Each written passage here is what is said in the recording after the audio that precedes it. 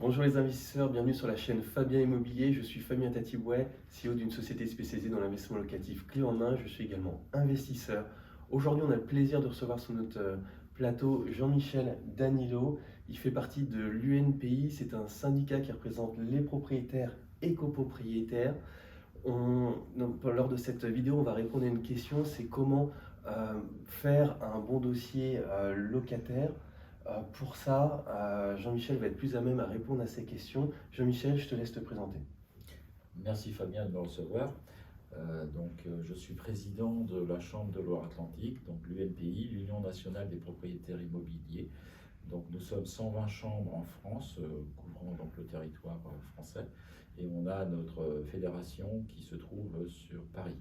Voilà, et on est donc un syndicat de défense des droits des propriétaires et copropriétaires.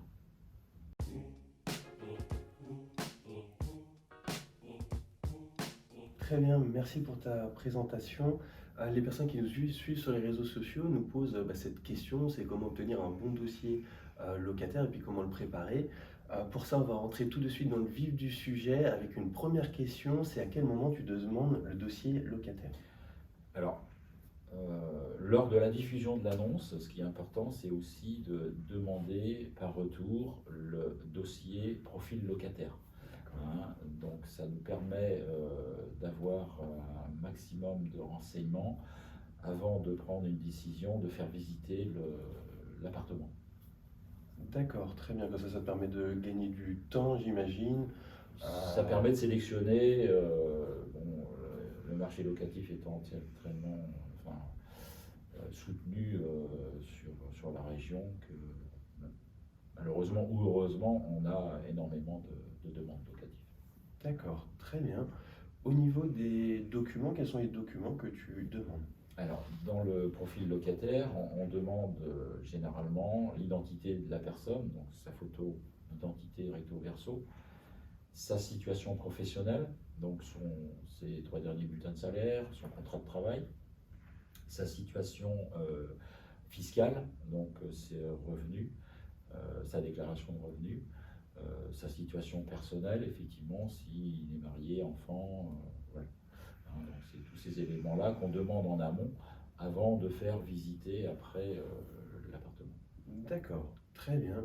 Au niveau des garanties, on peut aller sur les garanties visales, des garants.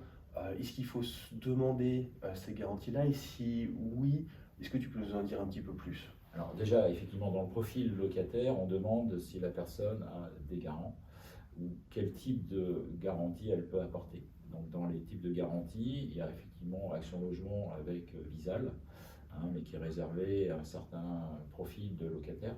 Ensuite, on a les assurances de loyer impayé, et puis on a aussi le cautionnaire.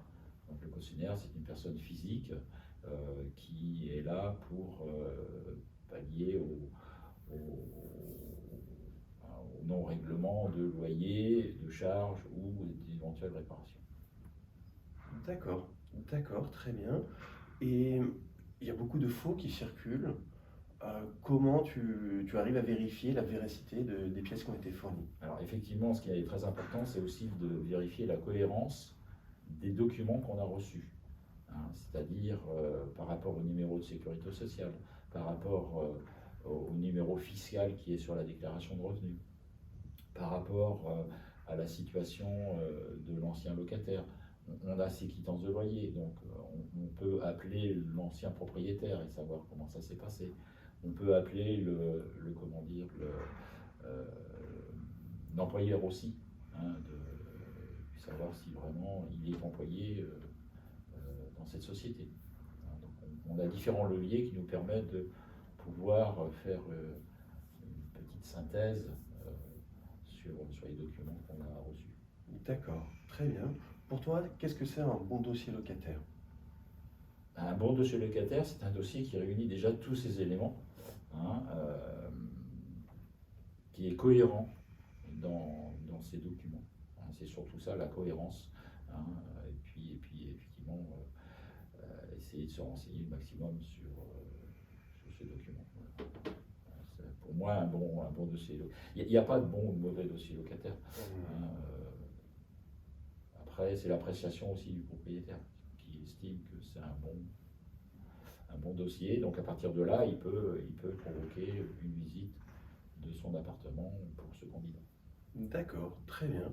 Une fois que le propriétaire, donc, il a vérifié les pièces, il a fait la sélection d'un locataire, d'un candidat locataire, à ce moment-là, il va effectivement le faire rentrer, entre guillemets, dans l'appartement. Quelles sont là est-ce qu'il y a des pièces à nouveau à demander? Alors, effectivement, à partir du moment où on a sélectionné notre locataire, on va établir un bail locatif et surtout la pièce qui est la plus importante à demander, et il faut absolument l'avoir avant que le locataire rentre dans l'appartement, c'est l'attestation d'assurance. Donc il faut absolument que le bien soit assuré.